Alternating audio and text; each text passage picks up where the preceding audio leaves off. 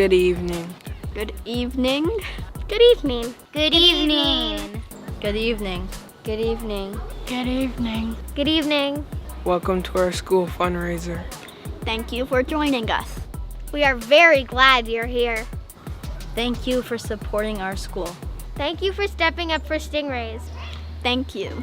Thank you. Thank you. Thank you. Thank you. Thank you. Thank you.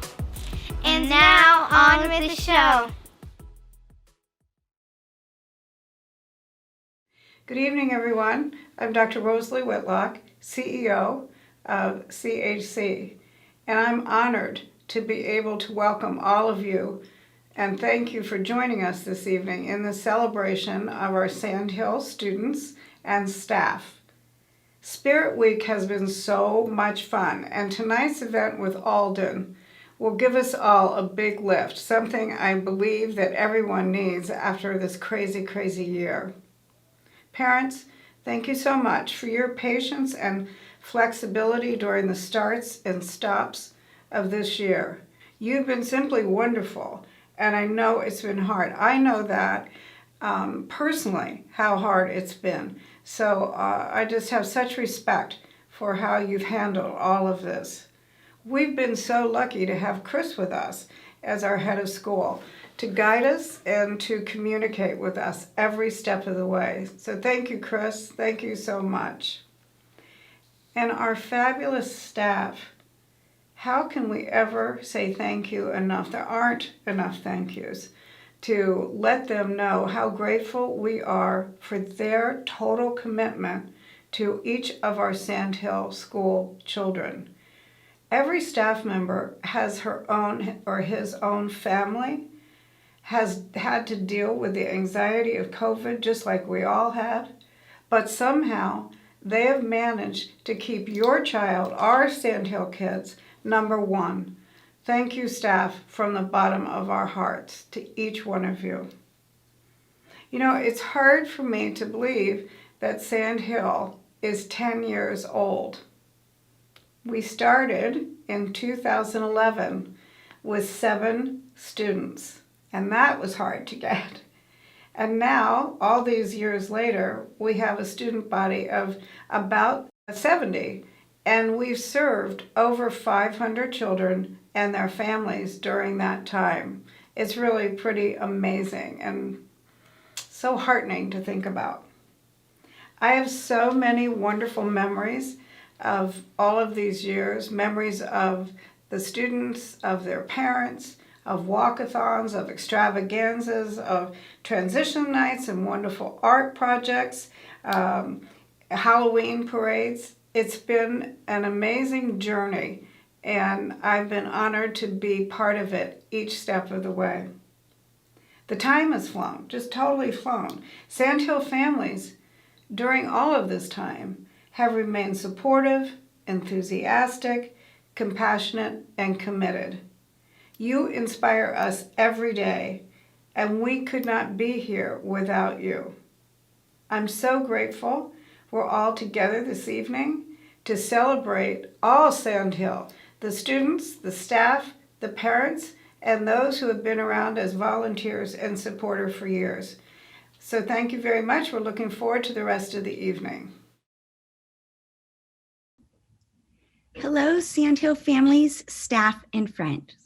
Thank you for joining us this evening as we celebrate Stepping Up for Stingrays. For those of you who do not know me, my name is Holly Jean Zupf, and my son has been at Sandhill School for 6 years. Sandhill has not only changed our son's life, but it has changed our family's lives. And I know that this is true for so many of you parents here tonight. Sandhill School is a magical place. I also want to let you know that the Sandhill School auction will be closing tomorrow evening at 9 p.m. The team has worked very hard to put together some amazing items for everyone to enjoy. Some of the hot items are the teacher one-on-one experiences, the getaways to Costa Noa and Santa Cruz, the outdoor family fun in the Wild West, kayaking in the San Francisco Botanical Gardens. Some of the other amazing items include great kids stuff like the Osmo educational package and the American Girl doll, as well as the adult fun items, the Devil's Canyon beer tasting and the case of wine from Lilla Winery. For those of you who wish to simply make a donation to the school, we also have a fund a need, which supports different areas of the school. There really is something for everyone. I encourage everyone to check out the auction site. And now, I'd like to tell you a little bit about tonight's speaker, Alden Mills. He grew up on a small farm in a small town in central Massachusetts. Alden and I attended boarding high school together at Kent School in Connecticut. We were both there for 4 years. At boarding school, you really get to know your classmates. Although our campuses were 4 miles apart, we had classes together, ate meals together, and cheered each other on during sport competitions. We were family. Alden's first dream was to graduate from the United States Naval Academy. He attended Navy SEAL training. Then he served with distinction as a Navy SEAL platoon commander 3 times. After leaving the SEALs, he graduated from Carnegie Mellon Business School, and then he became an entrepreneur, building businesses in fitness, pet food, and security. One of his businesses became recognized by Inc. magazine as the fastest growing consumer business in the country, with an astounding 12,000% growth rate over a 3-year period and $95 million in revenue.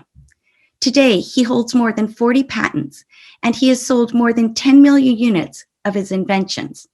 Chances are, if you exercise, you've used one of his products. He's the author of the best-selling book, Be Unstoppable: The 8 Essential Actions to Succeed at Anything. His second book, Unstoppable Teams: The 4 Essential Actions of High-Performance Leadership, was called the top leadership book of the year by Forbes magazine. When he's not traveling with his wife and 4 boys, yes, 4 boys, or playing with his 2 Labradors, he spends his time working with organizations around the world to help them develop their very best leaders and teams. Please give a warm welcome to an internationally recognized entrepreneur, business executive, C-suite advisor, military leader, author, and my friend, Alden Mills. Hello, Sandhill Stingrays, and Holly Jean. What a treat it is for you to introduce me. And if everybody doesn't know, Holly Jean knows that she's usually the boss when you start to get to be involved with her. And I've been so grateful ever since our earliest years getting together. And it was such an honor when she called me about 6 months ago to come and speak with all of you. And I asked her, I said, Holly, what do you want me to speak about? And she said, I want you to help everybody be unstoppable. I want everybody to be uplifted and fired up coming out of this. And she told me all about Sandhill, and I've spoken with Chris Harris, and I've looked and read all about this amazing school and the 10 years of the impact they've done on their kids. And it's such a pleasure to be here tonight. And it was when I thought about putting together this presentation for you, it really kind of brought me back to being a parent of 4 boys, which, by the way, she told you all these accolades of everything. I want to first remind everybody, I have failed way more than I have succeeded. And when you get into parenting, I got a lot of F's on the parenting side of the equation. And we rely so heavily on our teachers to help us with our 4 boys. So I really do appreciate what Sandhill is doing. And I also appreciate what we are kicking off tonight and what closes tomorrow. I understand they're halfway through the funding that they're looking for. And I do hope with this presentation and the rest of the program tonight into tomorrow night, you'll dig in and understand the value of investing in Sandhill School. So what does it mean to be unstoppable? How do you do that? Is it reserved for just a few folks that get this blessed unstoppable gene? If you've done 23andMe or some similar genetic testing, you'll know there's no such gene. There's no success gene. There's no unstoppable gene. There's no positive attitude gene, right? You know why? Because we're all born to be unstoppable. every single one of us, with all the different challenges we have. The challenge is that we have to choose to be unstoppable every day. And how do we do that? Well, we have to focus on a couple of really important things, 3 things, as a matter of fact. And that's what I want to talk about. I'm going to do it through storytelling, though, most importantly. I want to talk about my first teacher, the teacher that made probably the biggest impact in my life and really started my path of trying and failing and then finally succeeding at different things. You see, I was a sickly kid. That was another thing that didn't show up in that intro. By the time I was 12, I had had pneumonia 3 times. I had had bronchitis over a half a dozen times. And the most recent illness had me bedridden for over 30 days. And the doctors in the small town in Massachusetts feared that I had spinal meningitis. So I got sent to the local hospital, had a spinal tap, which was a wildly uncomfortable experience. And then from that experience, they sent me to the big city of Worcester, Massachusetts. Worcester's not really a big city, but where I was from, it was a big city. And when I came to the hospital there, to the pulmonologist, a lung doctor, he looked like a Danny DeVito, but older, with thick Coke bottle glasses and white wispy hair. And he talked in a nasally Massachusetts kind of accent. And when you walked into his office, it wasn't a normal looking doctor's office. It looked like a laboratory. It had all these different devices that to blow into and inhale into. And he had me going around and he had a clipboard. And he walked from one to the next and he measured everything that I was doing. And my mom was there with me. And after about the 3rd or 4th test, he said, Mrs. Mills, I see what the problem is here. Why don't you come over here? And he had a desk right in the middle around these machines. And he was talking to my mom. He said, Mrs. Mills, you see this first chart right here? This first chart, this is a normal 12-year-old size lungs, okay? Your son was born with abnormally small lungs, okay? He's way down here. He flips the chart. He said, you see this chart right here, Mrs. Mills? This is a normal airway. And your son's airway is way down here. It's restricted. You see, he's got asthma. Now, I'm hearing this, but he's talking to my mom, but I'm sitting there. And he goes, Mrs. Mills, here's what we're going to do for him. I got medicine for him, but let me give you some suggestions. Number 1, he needs to lead a less active lifestyle. I'm like, what does that mean? I suggest he learn the game of chess. Boom. Chin drops down onto my chest. Mom immediately sees my negative body posture, taps me on the shoulder. She said, why don't you go wait in the lobby? I'll finish talking here with the good doctor. I marched my way into the lobby. I can still remember that beige linoleum floor. And I had these crocodile tears dripping down my face. Mom, by the way, was an art teacher. By the time she had the 2 of us, she was substitute art teacher, but she had been a full-time art teacher. And she came out in that offensive mom position. You know, the one where the hands are on the hips, right? And she's on the balls of her feet, kind of leaning in. And she walks over to me and she sees I've got a little puddle of tears on the ground. And she kicks my foot. What's wrong with you? And I look up at her with these big crocodile tears in my eyes. And it's like, Mom, chess? How am I going to learn chess when I'm terrible at checkers? See, I had already gone there. I had already gone to what this doctor said I would do. And Mom, she had these long kind of French cuticle nails that she sharpened for moments like this to really get our attention, right? And she squats down on one knee, and she takes those kind of velociraptor claws, right, and digs them into my forearm. And she says, now you listen to me. I'll get you that medicine. But no one defines what you can or can't do. Do you hear me? No one. Okay. Can you let go? No, say it back to me. I say it back to her. She lets go. She gets the medicine. Of course, I don't get it that day, right? I don't get it that week. I don't get it that month. But I got it enough where I'd go and try out for a sport. And I'm like, Mom, my basketball didn't go so well. And she's like, well, so what if you scored on your own team? You go try another sport. And I tried hockey. Well, I was terrible at hockey. I scored on my own team there. I scored on my own team in soccer. And then I picked up lacrosse, became the goalie. I scored on my own team as a goalie. 4 different sports I was totally miserable at, right? But there was my mom and my dad. And every once in a while, a teacher would come along, cheer me on for the same thing. And they would say, hey, keep trying. And that ended up taking me on to rowing. Rowing took me to the Naval Academy. The Naval Academy took me to SEAL Team. SEAL Team took me to being an entrepreneur.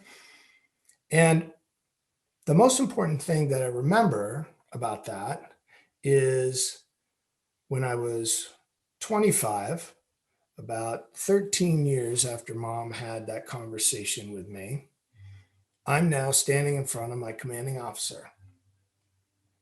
And I'm about to go on my first set of missions as a SEAL platoon commander. It's an interesting experience. You see, you're excited and you're very nervous at the same time.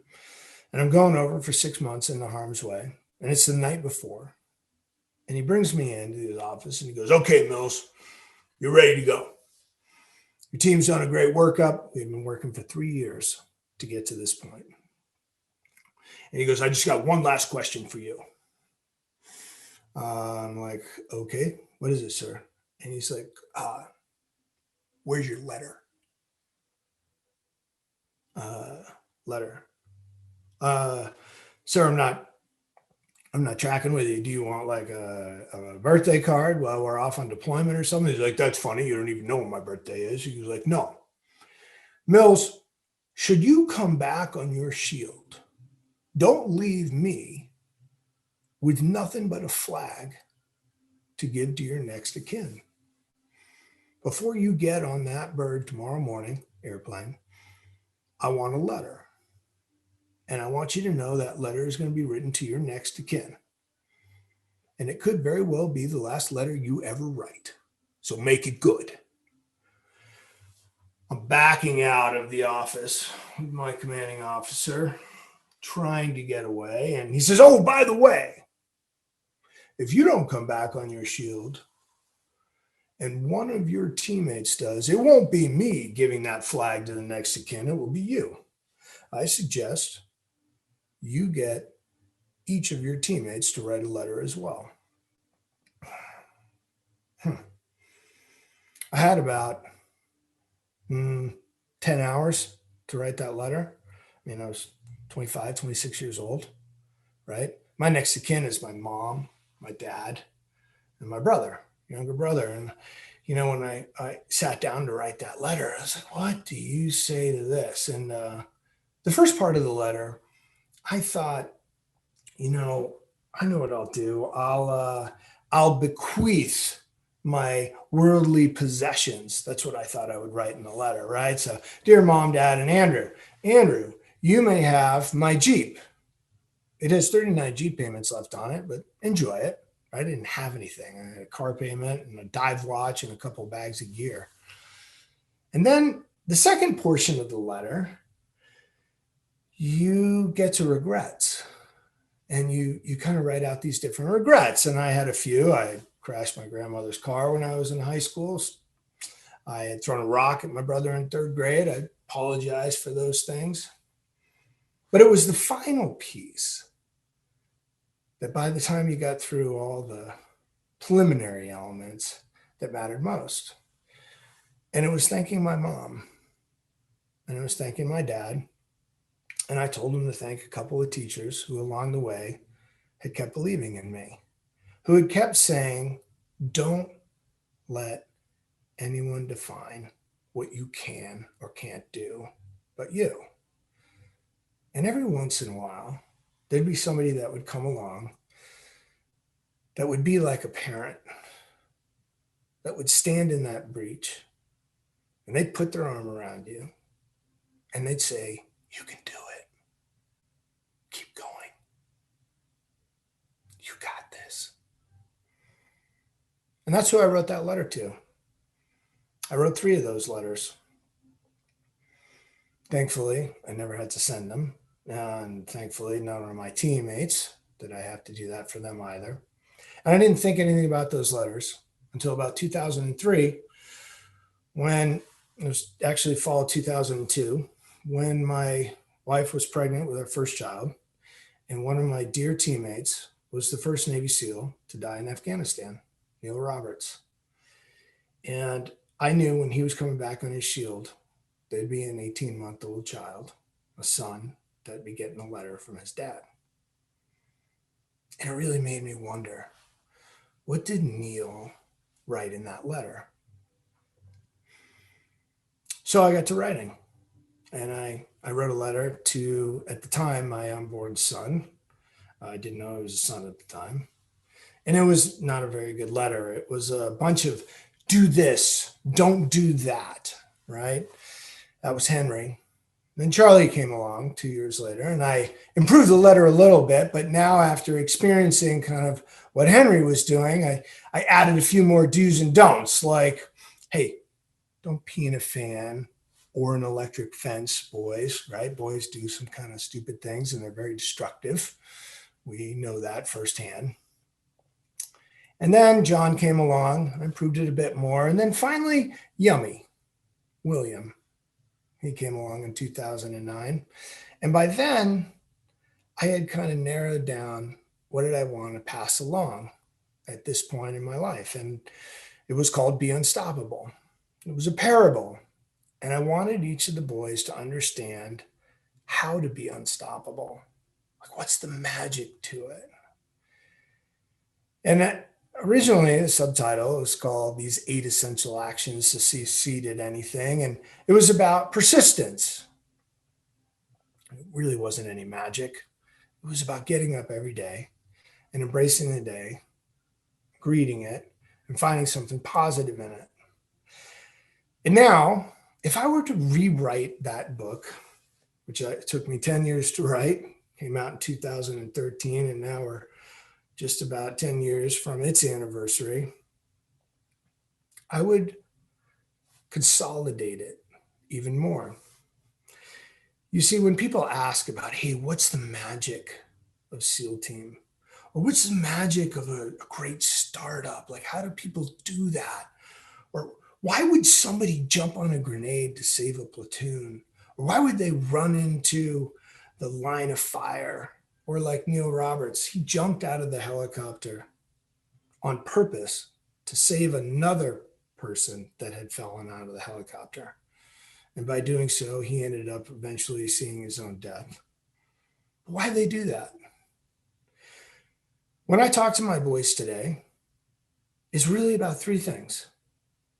And surrounding yourself with 3 things that those people will help you continually keep in your front sight.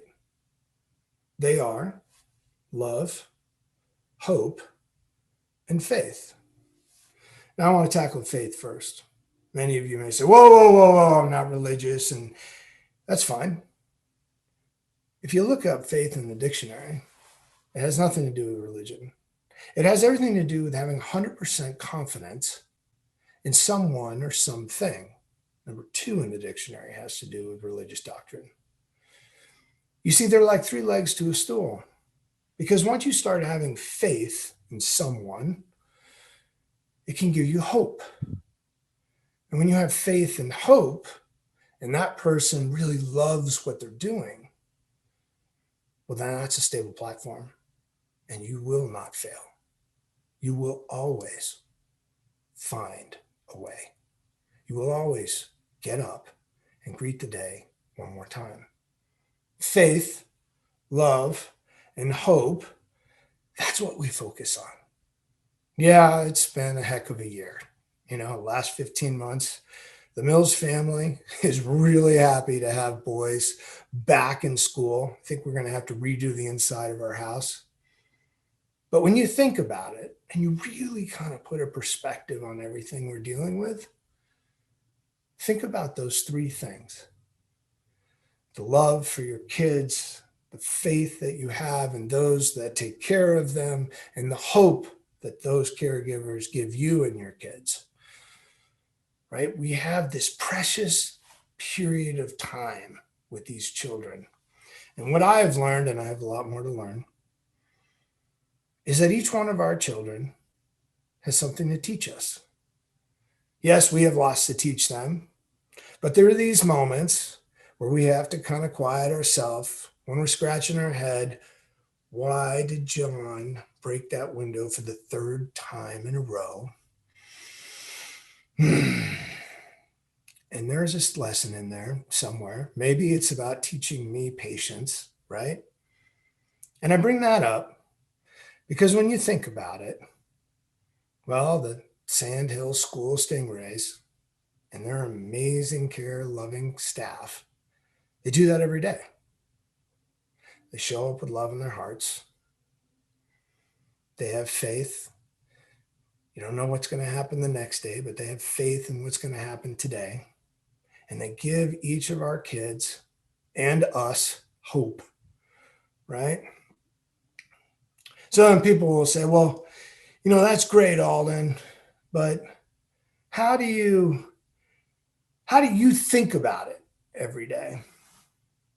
And I'll leave you with this last story, because this is how I think about it every day.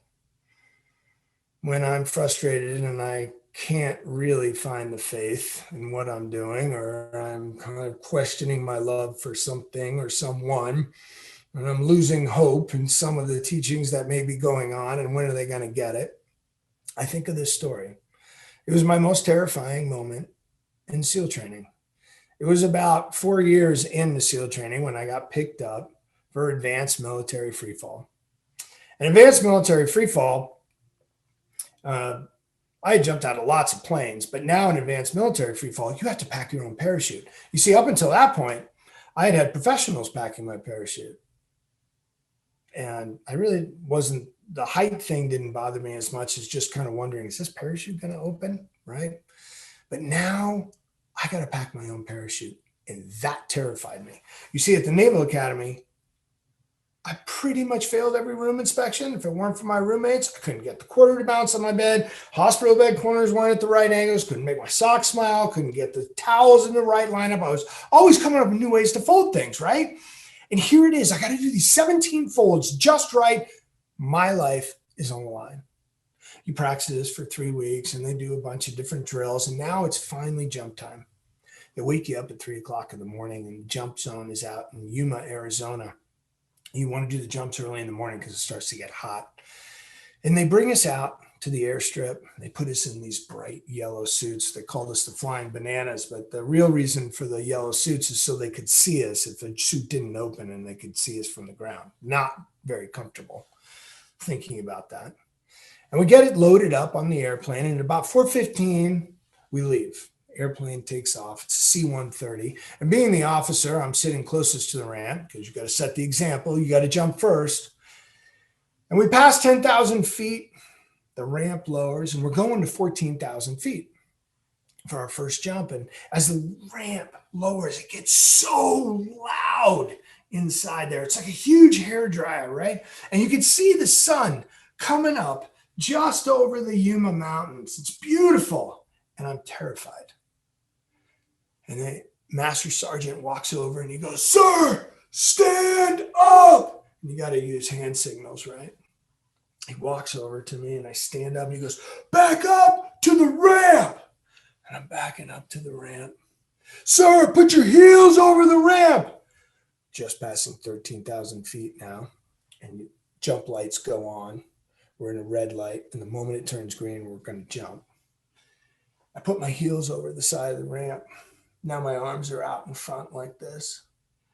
"Sir, look down." I look real quick. He says, "Pretty high, isn't it?" I'm like, That's funny. Yeah. Okay, good. Will you jump? I nod my head.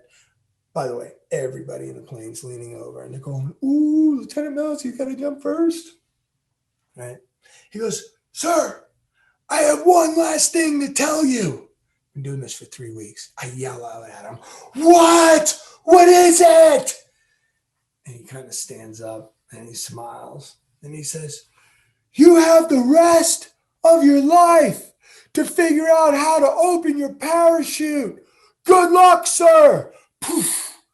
And he pushes me off the ramp, right? I go flying backwards. He comes flying in and we're falling at about 120 miles an hour. And I'm looking at my altimeter. He comes down. He goes, did you figure it out, sir? You want to pass? You got to pull this. I'll watch. Good luck. And I'm looking. He goes, okay, about now you can pull it. It opened. My heart rate gets up anytime I tell that story, by the way. Thank God. It opened along with the other 50 or so. But I want to end with that story for a couple of key reasons. You see, maybe none of you ever want to do a parachute jump, but metaphorically, we're all doing the jump. You see, we're all packing our own parachute every single day. Whether our kids want to go to school or not, right? They're packing that parachute, that backpack to get in there and start to learn something. We're packing our own parachutes. The question is, how are we going to jump? How are you going to leave the ramp? Are you going to take the jump? You see, there's 3 ways they want you, or you could leave the ramp. Number 1, you can get pushed, shoved, dragged. But if that happens enough times, you say, this isn't for you. Well, you go over here and try another portion of the military.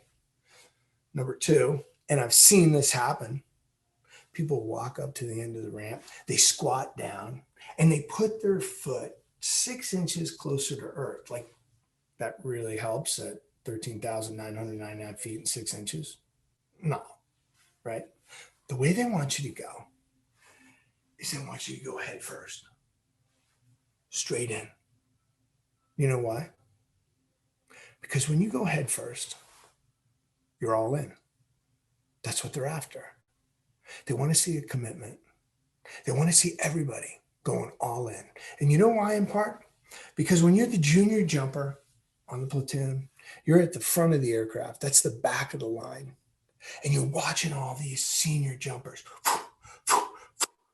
And they're running, right? And you keep going. And they're all going head first. They're all diving out. And you're scared. You might even pee in your pants a little bit. But you go anyhow. And you know what that's like? When everybody's all in all the time, that's what it takes.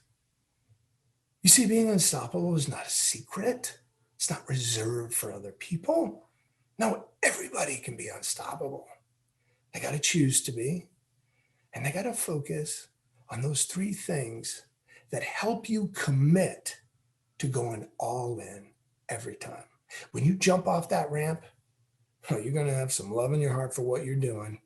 You're going to have some faith that you did the right thing, packing that chute, and you got hope that you're jumping with everybody else. And that's how I think of it at Sandhill.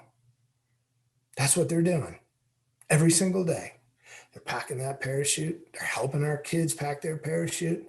They're filling them full of love. They're giving them hope, and they're keeping the faith. So I hope you'll do that, and I hope that you so enjoy going out and being unstoppable every day. God bless you all. And here now following me is the head of school, Chris Harris. Thank you. Thank you, Alden. Oh my goodness, was that inspiring?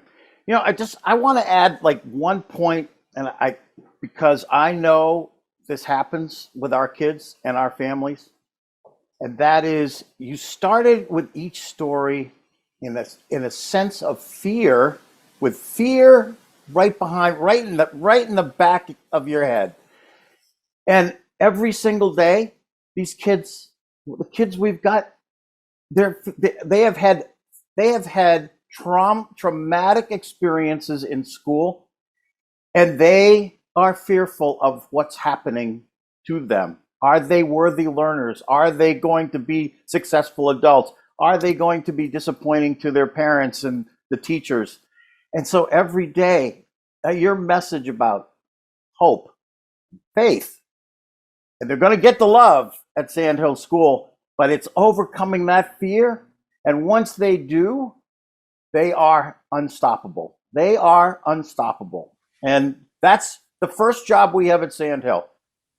We're going to make school a place that's safe, that nurtures you, that fills you full of hope and full of faith and full of love. So you are going to be unstoppable. Thank you so much.